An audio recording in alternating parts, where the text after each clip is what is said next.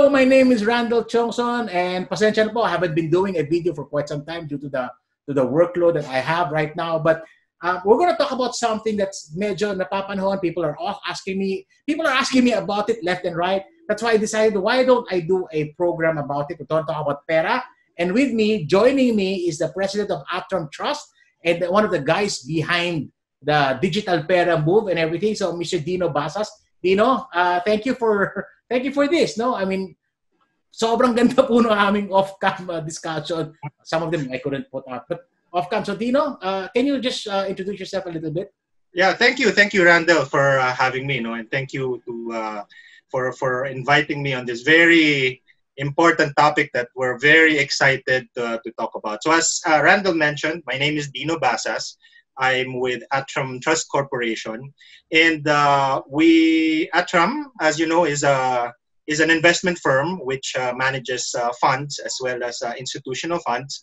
And our most recent project has been working with the BSP and the industry in relaunching what they call the PERA. So we're very excited to talk about this today because we feel it's very important. This has been in our minds for the longest time and talk about it. So let's just, for the interest of other people, know when you talk about PERA, it's called the Private Equity Retirement Account. Used to be the account. So personal equity retirement account. So the PERA, or sabi ko, this is our version of the 401k, the superannuation, whatever country that people always ask us about it. Pero siguro briefly, no, can you talk about the PERA itself first before let's talk about the digital move? Okay, so the PERA is what we mentioned. It's the Personal Equity Retirement Account. It's really an account which is yours. It's personal to you. It's your own equity, and it's really designed for long-term, for retirement. Okay. So as you mentioned, it's the 401k type. It was introduced maybe about a few years ago, and it was just recently reviewed and relaunched by the BSP. So the goal really of PERA is to help our countrymen set aside money for retirement, long-term.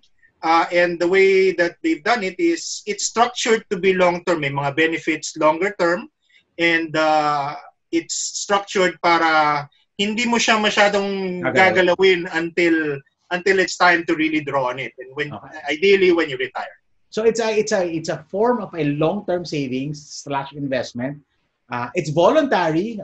You're not required to do that. Companies are not mandated, unlike the retirement act. They're not mandated to provide. But it's really kung ikaw you feel that you need more money in retirement, you want to prepare for it, you might want to avail this account for you in addition to whatever it is that you're doing right now. So private personal equity retirement act. It's parang Dino, no? Parang bibigyan ka ng benefits if you're setting aside for your retirement through the PERA. Okay? That's right. Kaya nga long term. Okay? Famous for their 555. What's the 555? Sorry? The 555.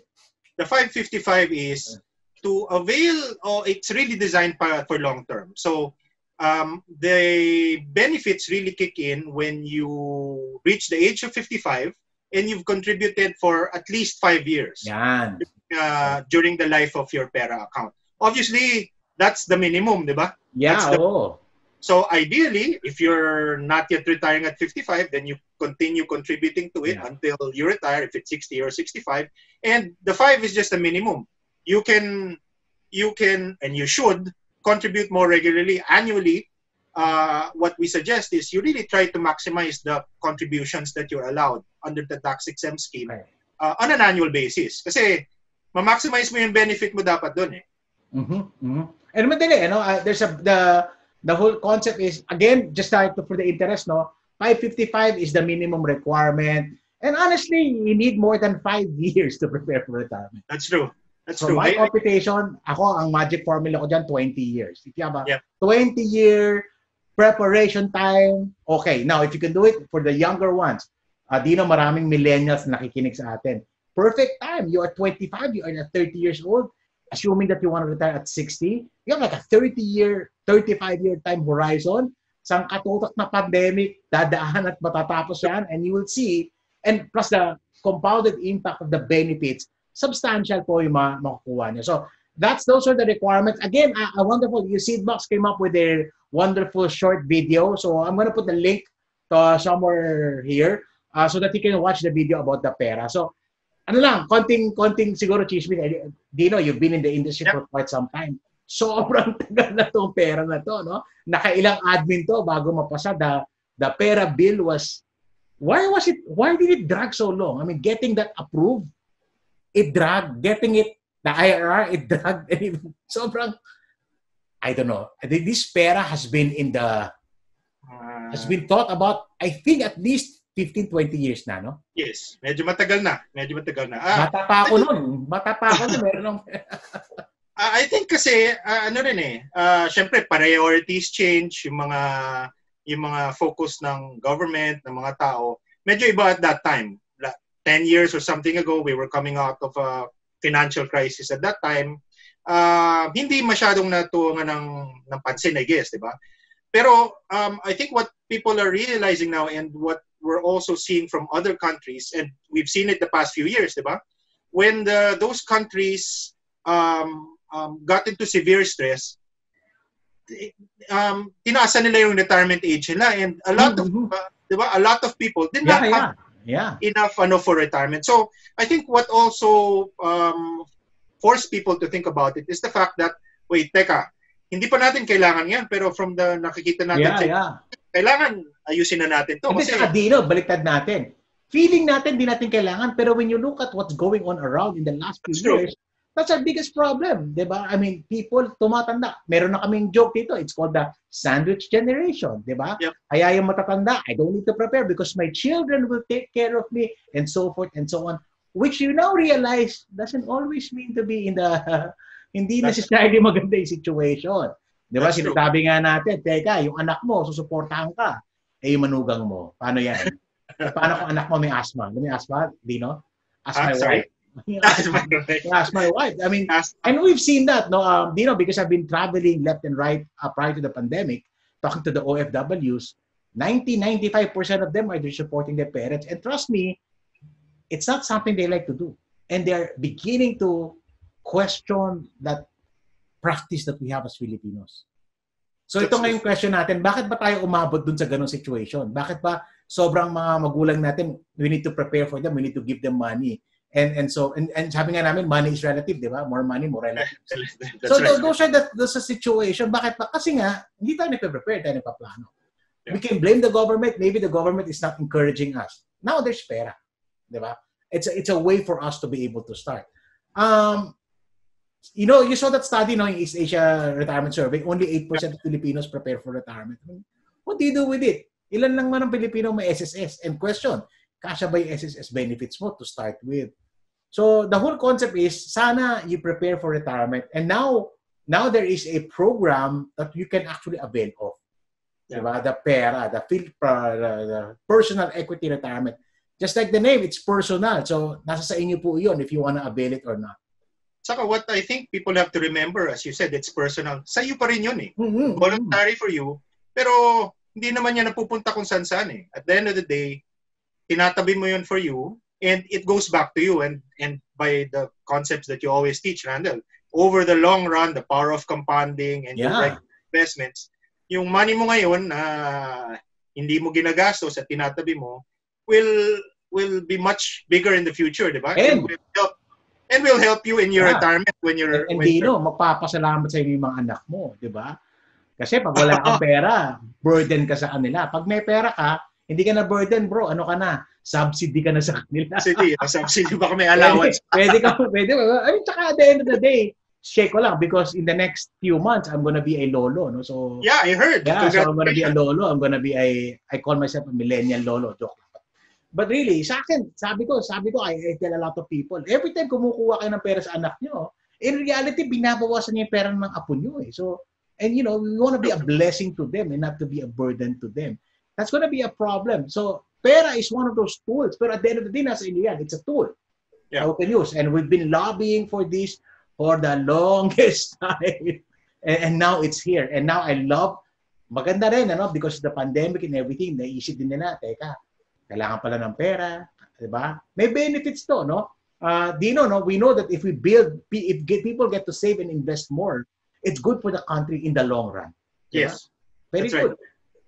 Yeah, kasi when you think about it, yung sinesave mo, ini-invest rin yan ng mga fund manager. So, if yung... Kumbaga, umiikot yan sa ekonomiya. Umiikot sa economy. So, kung short-term savings lang yan, wini-withdraw mo after 6 months tapos ginagastos mo, hindi rin magagamit masyado yan. But long-term yan, pwede yung pang-fund ng mga long-term projects. Diba? For power, for school, for education na... Yeah, and infra na will benefit in the long run. And even for mga companies, it will help companies grow. So, dito ko lang Dino, no? So, kunyari sila Dino, ATRAM yan. Mag-i-invest ko sa kanya. Gusto nyo short term. Sila Dino, hindi nila ma-invest yan for other things. Puro short term lang. Hindi ngayon yes, nagagamit na ekonomiya. Yes, I mean, to be sure. Pero, hindi mo siya magamit for longer term time projects na kailangan ng time to do that. So, it's good for the economy. And if you've seen the numbers, no?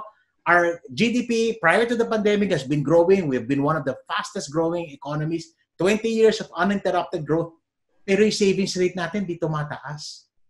Diba? Savings pa lang yun. Hindi pa natin pinag-uusapan ng long-term savings at investment. So, you can now assume na pagbababa ang savings ng bayan, mas mababa yung investment natin. And you've seen that. Only the rich people invest. So, the question is, and again, people ask me, yung pera pang mayaman lang yan. Ano sagot natin? Actually, mayaman hindi kailangan ng pera. Hindi nila papansinin to. I mean, yeah, I'm sure they would, but it's really for everyday people, for people like me. Maybe not Dino, but people like me. Okay. It's for everybody. Sobrang ganda ng benefit niyan. So we're now shifting. So again, it's voluntary and it's an investment product sa totoo lang, no? So hindi naman to guaranteed ng mga investment product. At saka depende sa ano papasukan mo. You've seen what is being offered right now. What kind of products are being offered through PERA now? Is it an equity fund or is it a fixed income fund? Oh, right now you have choices. No, there's equity funds, there's fixed income funds, there's money market funds. At the end of the day, PERA is designed pa rin to cater to you, diba? Okay. Tolerance and to your goals. So pipili ka ngayon sa ano yung mga options mo. Okay. Pipili ka sa mga options. At when you sign up for PERA, as many of you na nag-invest may mag-fill up ka ng customer suitability. It gives you yung sasabihin niya sa'yo anong type of investor. Anong bagay sa'yo. Alright. Anong bagay sa'yo. Tip lang sa inyo, for the younger people and you have enough time, you want to take advantage. No? You can be a little bit more aggressive, especially if you have a longer time. Time horizon, maganda po yan. No? So, kasi ako, I tell a lot of people, pag retirement na pinag-uusapan natin, 30, 35 ka, 25 ka, pag money market ginamit mo talagang halos hindi siya mag-grow, di ba? So, what you want to do that is you add certain benefits towards it by those things. So, again, pipili ka ngayon, it's just like any mutual fund, o UITF, meron yung binabagayan. But, actually, if you use money market for PERA, medyo counterintuitive. Medyo lugi ka. Medyo parang baliwala. Medyo hindi mo maximize yung benefit. Oh, sayang. So maybe you would want to go to balance and equity, especially if you're young. Now, if you're maybe 55 or 50 and you want to use it at 55, yeah, maybe. Kasi medyo late in the game ka. May downside, no? Late in the game ka, hindi rin mag-grow yung pera mo enough. Yeah, pwede mo gawin rin, Randall. At the start, kunyari, bata ka pa, equity, more equity kasi mas maraming time ka, di ba? Yung PERA account mo naman, over time, you're allowed to shift it. Si-shift mo na. Okay, so kunyari, 50 ka na, marapit ka na mag-retire, nag-grow na yung funds mo, pwede mo nang i-shift into more... And that's allowed, no? Under the PERA, hindi ka penalized for shifting. Basta within the ecosystem. As long as nandun pa rin sa PERA account mo siya. Okay. A warning lang, ha? Para sa mga nag-i-invest, huwag kayo malikot sa funds. May process yan. So, pag nag-set ka ng equity, kumita lang, hindi po ganun yon. So, you want to be able to do that. The switching that we recommend as finance people is when you hit, malapit-lapit ka na sa target and you want to make sure then that you shift to a more conservative type of an investment. Right. Let's put numbers. You started at 30. Siguro by 50, 52, 53, okay ka na, maganda na kinita mo, pwede mo na slowly shift yan towards that. So, by the time na mag-retire ka, assuming at 60, okay na. Okay na. Okay? So, that's something that, kasi hindi nawawala yung risk, no? Pwedeng Pwede ko kailan ka malapit, bumaba ang market, it can actually affect you. Okay, so now, we're now shifting. And what were the problems in the past, no, Dino? Bakit ba they launch? Because we've been in the industry for a long time, tagal natin hinintay, finally, pumasa yung law, tapos ang tagal din bago lumabas ng IRM. In fact, I stopped waiting. Sa totoo lang, I stopped waiting until, boom, there's this launch. Pero hindi rin nag-take off. Okay, what were the problems? Medyo kasi, I guess, because medyo matagal sila na nung nire-review yung structure. Nung lumabas na, medyo outdated na rin yung structure, no? So, yung mga requirements from an old physical infrastructure, maraming masyadong parties involved. So, alam mo naman, pag masyadong maraming parties, maraming friction costs involved.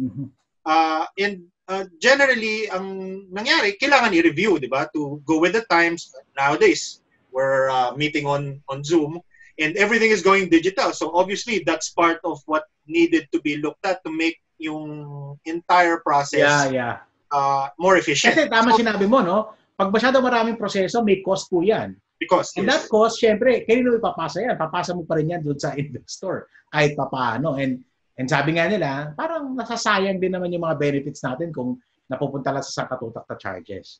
And that was a problem before. That's right. So, all credit to the BSP. They took it upon themselves to bring everyone else together again. They review yung mga rules. They got the inputs of yung mga participants, including ourselves, and they changed the rules to make it easy for everyone and to make it more efficient. Okay. So yung mga cost na wala, bumaba, hindi na wala, bumaba, at saka yung process naging mas dumali yung process. Dumali. Okay. So guys, para lang maintindihan nyo, no, even if I'm a provider, kasi private nga ito, no, so banks, trust companies, mutual funds, sila, they will take it upon themselves to participate. They are not mandated, they are not required by law to participate. It's up to them. Pero tandaan nyo, kailangan profitable sa kanila, otherwise hindi nila gagawin yon.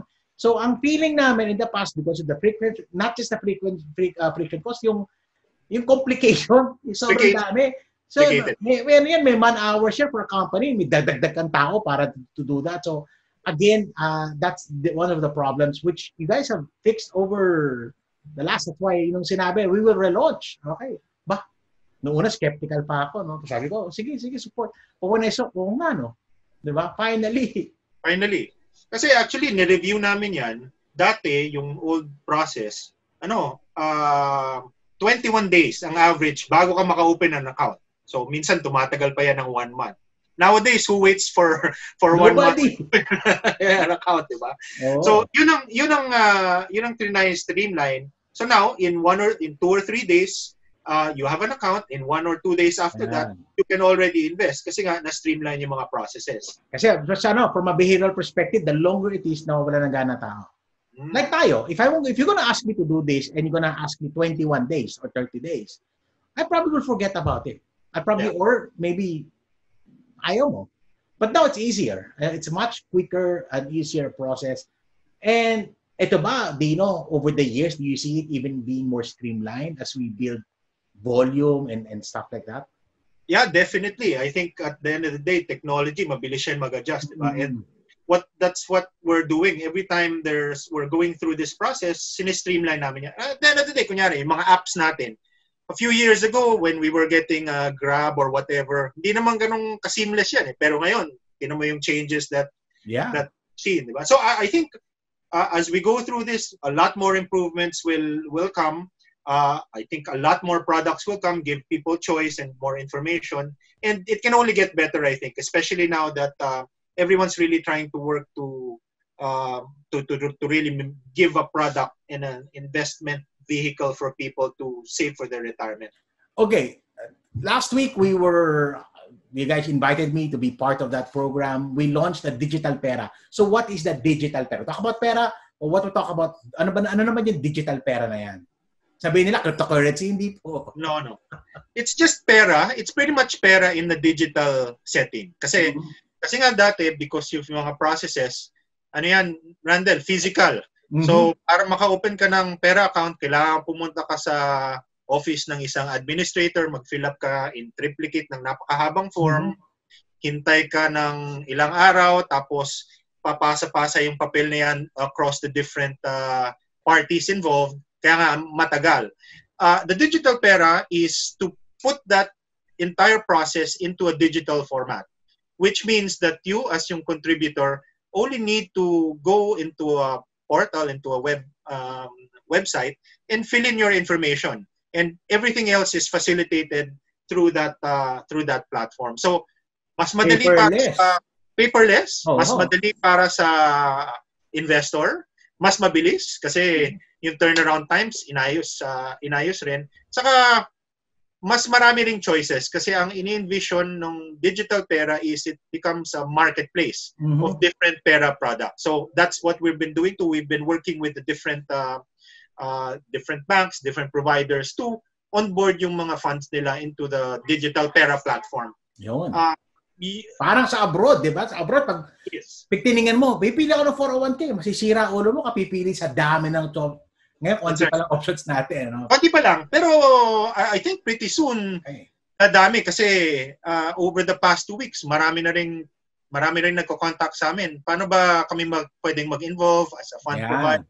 Yeah. So, may interest nga kasi nga, I think they also see that medyo different na rin from the old structure. And I think generally people understand naman how important this is for the economy, for our country, and mas madali for them to also be part of it. Saka yung benefit nito, if you participate in the P.E.R.A, you're preparing for retirement, that's good. But at the same time, you're helping form the capital markets of the Philippines na medyo, sa totoo lang, pag kinumpare mo tayo sa iba nating neighbors, medyo iwan na iwan talaga tayo. And now that we're rebuilding, we're going to be in the process of rebuilding our economy. This is very, very helpful for everybody. Ngayon, pwede nyo na sabihin para sa bayan, di ba? Para sa ekonomiya. Pero para sa iyo din at the same time. Para sa iyo din. Oo, para sa iyo din. And again, more than anything else, yan yung benefit natin. So the digital, I can now go to a website, to a portal, where from there, pwede na ako pumili. Pwede na ako mag-open, pwede na ako pumili. How long will the process be from the time na pumunta ako sa website, assuming ready ako lahat, to the time na pwede na ako mag-start, maghulog, mag-invest? From 2 to 3 days, ready ka na. Kasi the shortest is in 2 days. From 21 days, naging 2 days. Wow, big change, no? Big change. Big change talaga. And marami kami change sa process. Pati yung government agencies, they've so change yung mga systems nila. Digital na rin sila. So, hey, good. Hindi kasi dati, yung SEC, yung BSP, meron silang mga outdated rules na kailangan physical, yung trust officer, nakaharap ka, pumirma sa harap mo. Meron silang mga ganung rules in the past, no? Which, I'm happy that they're taking super outdated na, no? Kasi lahat ngayon pwede mo gawin digital. Tapos, lalo na ngayon, may pandemic tayo, mahirap lumabas, di ba? Hindi, tsaka dati, di ba, penal, pag ginawa mo yan, dinigital mo yan, hindi pa nga Zoom, Skype to Skype, pwede. Pa, di ba? Mga ganon. Sisingiling ka. I mean, because to be fair, there are institutions who were quite ahead. They did that. But at the end of the day, they got penalized for doing that by the government. So, di ba? I mean, now, at least, kahit na paano, we're seeing that, at least on the BSP side. Dianno, I know you're in that BSP side. Bakit nahuhuli ang SEC sa mga ganito? Ano rin kasi, medyo different yung rules. To be fair naman to the SEC, iba yung framework nila kasi medyo yung rules ng SEC more corporate rules So it was really structured as a corporate type of framework which has certain requirements. So may mga kailangan silang i-consider na laws that will require certain things. Ikaw ba in favor ka kamukha nangyari sa Singapore or other countries, merong super agency that lahat kasi dati ba sa atin para alam niyo lang, no, pag may insurance product yan, IC yan. Pag mutual funds yan, may SEC yan. Pag may trust bank yan, may BSP yan. Kahit na minsan pare-pareho yung product na pinupush, iba-iba yung dinadaanan mo. Certain countries merong super agency that oversees all of this, no?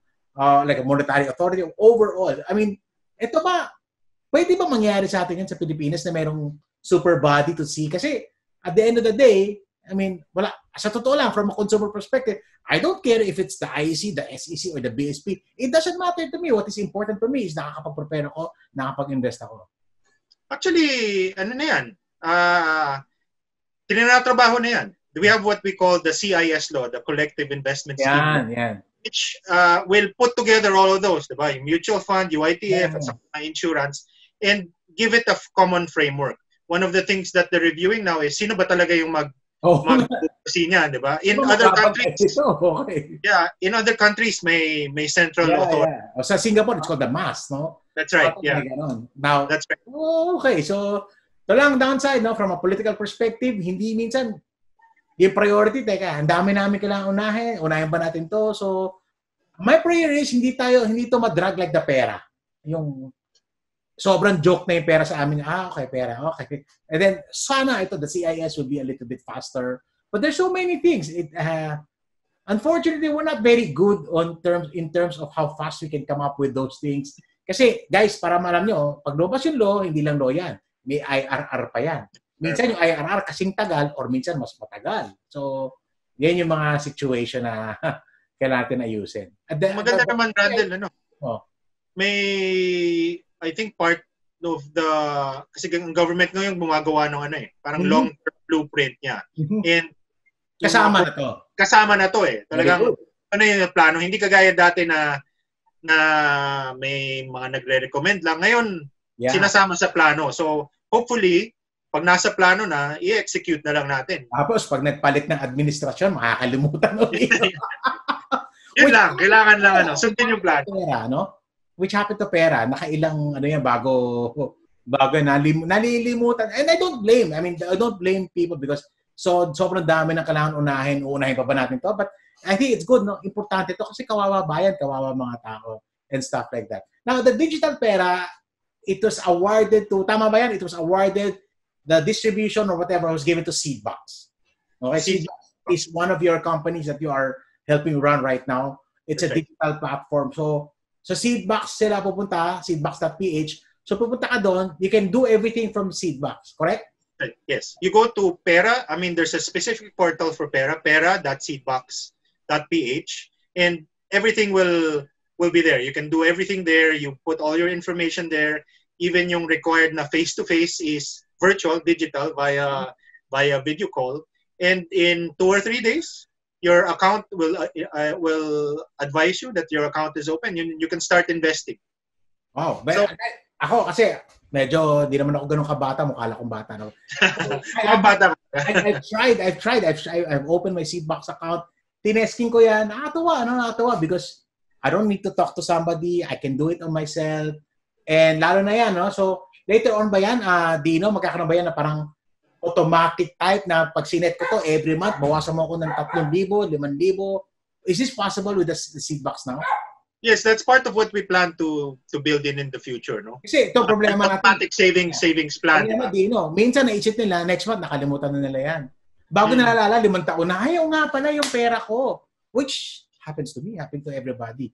Is there a facility na, like let's say in another country, once you set, that's why kung mag-usap sila monthly, $100 monthly, $500 monthly, and everything is seamless. Will we see that also?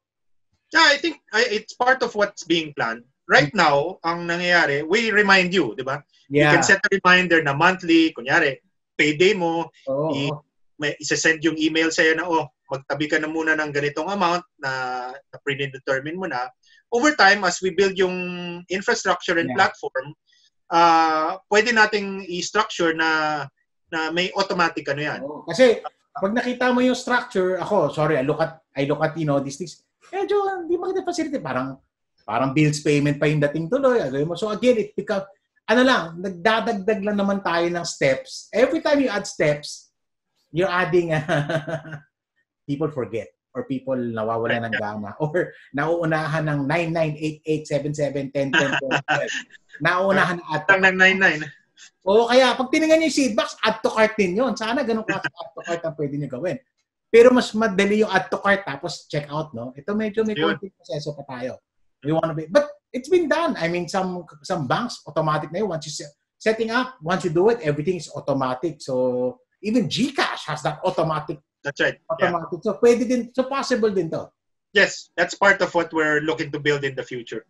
Dati kasi yung mga bangko, ayaw nila yan kasi, di ba? Parang, di ba? Kasi nagtrabaho sa kanila and stuff. Well, kasi the structure rin talaga is yung Digital P.E.R.A is designed to be an open platform, diba? So we're the admin as ATRAM. Seedbox is the platform. We're working with the different fund providers, which includes all the other banks. We're working with our bank partners, which facilitate the payments to the accounts and all of that. So, kinakausap namin lahat ng mga participants to try to put all needed elements into the platform para mas madali sa tao. As you mentioned, kung pwedeng hindi na masyadong isipin. Oo, I mean, kunyari ako, pinakamaganda dito, Dino, no? One time, ano bang budget ko? 100,000. So, sige rin, pasok. 5,000 naman. Pasok pa rin ako doon, di ba? 5,000 naman. Automatic na yan. Pag sinet ko na yan, nagugulat na lang ako na debit na. Pero alam ko, ito pala napunta dito sa aking pera. So, wala pa tayong ganung facility. But basta wala yung pin mo sa asawa mo or sa mga Kaya sabi ko nga sa inyo, at least from a consumer perspective, of an advocate perspective, the more we do these things, the better. And I don't want to sound na, dito mo na ma-appreciate, nagko-cost average ka na, yung mga ganyan bagay. So, it's automatic. It's part of the systemic the problem. So, Seedbox is the what do you call that? The distribution. Ano ba tawag mo doon? It's the digital platform, which ATRAM is the administrator. So, okay. ATRAM is ATRAM Trust Corp. We have a trust corporation, which is regulated and set up under the laws of the central bank. So we perform trust function, administration. And you're one of the few trust companies na hindi under a bank. That's right. Yes, we were actually the first, Randall, to be awarded the license. ATRAM was the first to be what you call a standalone trust corporation. Oh, right. So, ang difference ng standalone trust is it's not part of the bank, diba? Ang primary and only business namin talaga is to help manage the investments of people. Wala kaming mga lending, wala kaming mga yun talaga yung focus namin. And that's why it's called the Standalone Trust Corporation, because that's its main purpose to perform trust services. Part of the service nga is to be an administrator of PERA. So kami yung parang trustee nyo in your PERA account. That's the role of the administrator. Very good. So they go to Seedbox, a lot of information about it. BSP has been doing some launch about it. If I want to learn more about PERA, where do I go? You go to pera.seedbox.ph. There's a lot of information there. And it's very easy to understand. By the way, I shared the video already. Yeah. Madali sundan, ano? Madali naman. And I think, the BSP has also prepared a few video materials. Marami rin silang information doon. And even our partners in the industry, they all have informational material. But if you want specific to PERA and you're kind of thinking of opening an account, you go to pera.seedbox.ph. Okay. You will see all the information you need there and just a click to start opening your account. Sino na ba mga nag-o-offer ngayon? I know BDO does. Who else? BDO and BPI are the administrators along with ATRAM Trust. Okay. So sila pa lang ang products na available. And then you see this. When do you envision or when do you estimate that the others will again also onboard their products? Well, we're talking to everyone now as we speak, no? Different levels of engagement. So I won't be surprised in the next few months. Okay. Everything that's existing will be there. And as I mentioned kanina, marami talagang interest. Merong mga hindi tinitingnan dati na because of this new structure, this new digital platform, nagtatanong, paano ba silang sumali? Yeah. Okay, sorry. Merong aso dito na magulo. Yung shaking table ko. Okay. So yan, everybody's gonna be part of it and that's great. That's good news. Again, we want everybody, no, para alam nila marami ang option. If love mo tong bank A na to, bank B, may produkto siya, go ahead and participate there that way. So again, thank you, Dino, no, and sana pang ilang launch na to. Sana, di ba? Ano ba? Sana okay na to. I mean, this is something, and ako mismo, no, I'm gonna also start my own PERA account. And dito, paki-feedback mo din to sa mga ibang providers, no? So many people will go to their bank, ask about pera, nobody can give them an answer. Sa totoo lang, they don't know what you're talking about. Even managers don't even know what a pera is. So hindi nila alam na pwede pala mag-open ng pera sa kanila. So now, the advantage is you can now just go to PERA.Seedbox. You don't need to talk to anybody. All the answers are there. You can now start and you want to be able to start ready. My point is, sa akin lang ha, kung kaya nyo, maximize it. Diba? 100,000 ang limit ng para makuha yung benefits. But it doesn't stop you. It doesn't stop you from it doesn't stop you from doing more. Except na wala na yung benefit. Wala na yung benefit. Hindi ba yun? Affordable siya, Randall.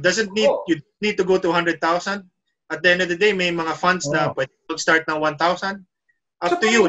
Ako kunyari, assuming, okay, 10,000 naman. So mag-120 ako sa isang taon. Lalampas ako ng 100. Yung 20,000, mag-earn pa rin siya, pero wala lang siya tax benefits. Okay. Yan yung mga mahirap computein dati, di ba? So ngayon, everything's automated. Yep. So mangyayari niyan, yung 100,000 mo, yun na may tax benefit. Yung 20,000 mo, walang tax benefit.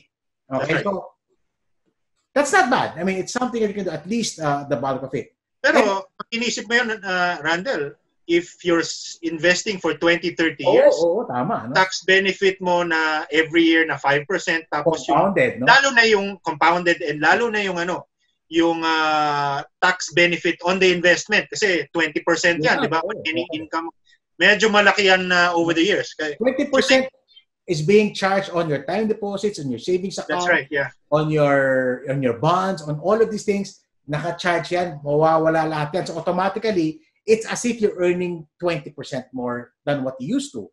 Kasi tinanggal na yan, no? Of course, sa stock market, iba yung taxation nila doon, not as big. Pero, and then you add the 5%, compounded over 20 years. Okay. Medyo malaki yun. I don't have the numbers, pero malaki-laki siya. Okay? Well, sipin mo na lang, kung kunyari 7% ang in-earn mo, kung walang tax, in 10 years, double your money yun. Diba? Yun. Pero pag may tax, mga 13 years yun. So, tumagal ka ng 3 taon because of the tax. So, the longer it is, the better it's for. Anyway, ang intention ng pera is pang retirement. I mean, why would you, at 55, hindi ka pa retire? I'm 53, so 2 years. Siguro mag-retire. So, okay, I'm thinking more like 60, in my 60s. It doesn't stop you. In fact, ang maganda dito, it's up to you. If you don't want to pull it out, continue mo yan. Diba? So, Dino doesn't force me. Even if I'm 65, pwede pa rin tuloy-tuloy yung... You can keep it. Earn from it. Kunyari kasi, diba? I mean, hindi ito kasi may mga rules na hanggang 60 lang. Ito, wala. May minimum lang. So, ito na naman ako, no? Maganda idea. May pera ka, part ng money mo. Ilagay mo lang dyan, huwag mo tanggalin. Diba? Kasi nagbe-benefit ka, no? Pero, here's the problem. Here's my thing, Dino. 100,000 today is small. But 10 years from now, what's that? Ito ba, paano ba natin paakitin to? Is it another law ba requirement dito? Or kaya na to ng... There are actually already some suggestions, some proposals to increase it. Nire-review lang ng government yan kasi syempre kailangan nalang i-balance, di ba? Yung funds na yung tax na hindi nila nakukuha ngayon, hindi rin nagagamit nila ngayon. Okay. So it's really being worked on right now. I think at the end of the 10 years from now, that 100,000 is very small. Yes, that's right. So kailangan i-adjust. Kailangan talaga kasi nominal value yan, di ba? And we all know inflation, 100,000 now is not same as 100,000. So I think part of the proposal is over time, kailangan ina-adjust rin yung hindi kailangan magpasa ng bagong batas. Sana. Kasi kung magpapasa ka ng bagong batas, sometimes it takes you multiple congresses to be able to get that law in. Kung pa-prioritize po yan. So, maybe the law already imputes this thing. The adjustment. The adjustments in its side. So, it doesn't have to be a law because very archaic to do it that way. And if you look at, and may mga models sa ibang countries they don't do it that way. Diba? The super body decides. That's diba? right. What this number or may inflation adjusted adjustments in the levels. Yun yung mga wala tayo. Wala tayong... Parang rin, di ba?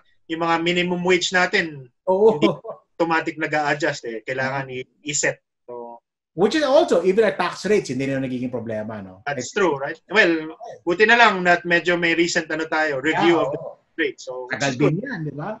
So all these things, even the limits, no? Yung limits of all these things. All right, so Dino, so again, check out Seed. I'm going to put the links here to ATRAM, and I'm going to links to Seedbox, the PERA Seedbox, and also the BSP, just in case you want to be able to do that. So far, our prayer is, Dino, in the future, we want to see the insurance companies come in. We want to see the mutual funds come in, and everybody can come up with these things, and everybody should be able to benefit for something as good as the PERA. All right, so thank you, Dino. I hope this is I hope this is not the last time we're going to talk about PERA. And this is something that excites me.